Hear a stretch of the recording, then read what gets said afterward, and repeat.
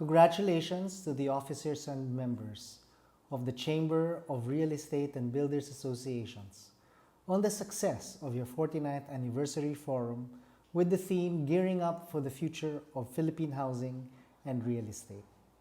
Napapanahon ang tema ng forum ninyo as we continue to cope with the cascade of challenges that are transforming the housing market and society in general. Inflation in prices of construction material, rising land values and regulatory costs, land use controls and building standards. These are only a few of the issues that are affecting the supply side of the housing industry. On the other hand, the demand for housing is increasing due to population growth, particularly in our cities. But most Filipinos cannot afford housing units that are available in the market.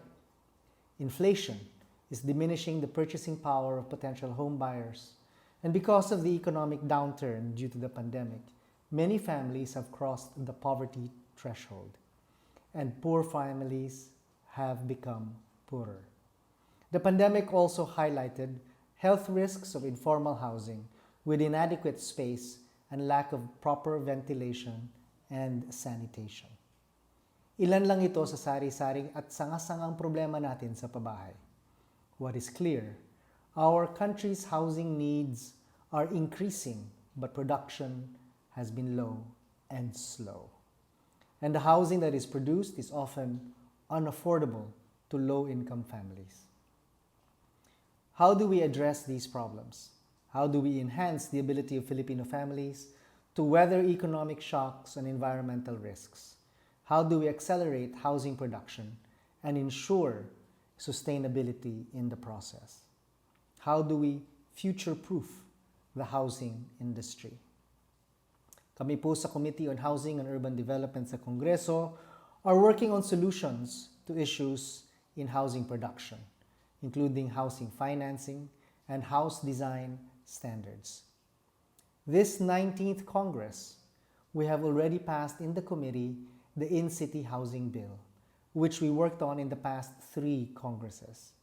Ngayong linggo naman, isinalang natin sa committee deliberations ang bill that will establish a framework for sustainable cities. These 2 bills are our response to the Sustainable Development Goal 11 and the new urban agenda of the United Nations. The In-City Bill particularly adopts the principle of the right to the city that was laid down by the United Nations in the new urban agenda. On the one hand, the Sustainable City Bill will guide urban planning and ensure that sustainability principles are incorporated in designing urban spaces, including that of shelter, that of housing. This is a response to the growing call for the transformation of our cities from concreted, congested jungles, choked with traffic, to breathing cities, to soft cities that cultivate diverse uses in dense spaces and promote meaningful human connections, to sponge cities that maximize green and blue spaces to absorb rainwater and prevent flooding as a component of our climate adaptation plans.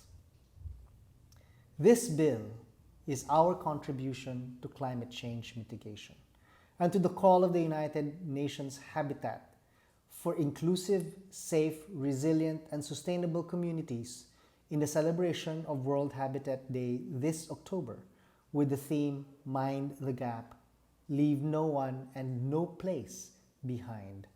Ito po ay nagpapaalala sa atin na hanggang ngayon, higit sa lahat pa rin ang tao. And we must always remember that development must have a face and must have an address. In terms of housing finance, patuloy din ang pagtalakay natin sa pagpalakas sa housing financial market at government spending sa pabahay. We fully understand that with increasing costs and risk, housing production is becoming a losing proposition. We are committed to promoting policies that strengthen public-private partnerships for housing, to mobilize new investments on housing production, and enhance market feasibility for housing developments. Also this week, the Special Committee on Land Use is convening to deliberate on the bill instituting a national land use policy. Magtatatlong dagatan na ito sa Kongreso. Sana naman ngayon sa ika-19th na Congress, sana maipapasana natin ito. We understand that land is limited and we need to maximize its use. We therefore should allow multiple uses of spaces in such a way that commercial spaces will cross-subsidize residential spaces. These are initiatives and innovations that our own processes of land use planning and zoning must take into account.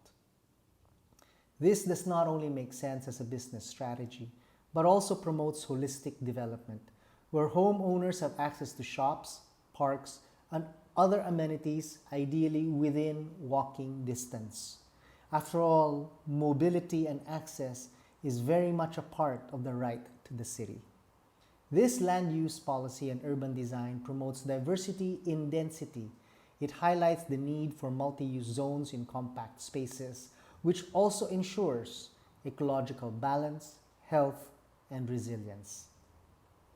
Sa maraming diskusyon sa mga issue na ito, kasama namin sa Kongreso palagi ang CREBA. Throughout the years, CREBA has been a strong and reliable partner of the Committee on Housing and Urban Development in building a home for every Filipino. For your support, commitment, and active participation in the committee's work on housing legislation, maraming salamat sa CREBA. We in the committee are always open, ready, willing to listen and adopt CREBA's recommendations to address our country's housing problems today and tomorrow. Our challenges are many, pero marami din po tayo na magtutulungan sa ating patuloy na pagbabayanihan, sa ating pagkakaisa, walang hamon na walang solusyon. Sa ating pagtutulungan, mas handa tayo na harapin ng mga hamon ng ating bagong panahon. Let us work together para maging future-proof ang industriya at future-ready ang CREBA at ang Pilipinas. Maraming salamat, mabuhay ang CREBA, at kayo po ay aking hinihintay sa ating muling pagkikita sa Committee on Housing and Urban Development ng Kongreso. Maraming salamat po ulit.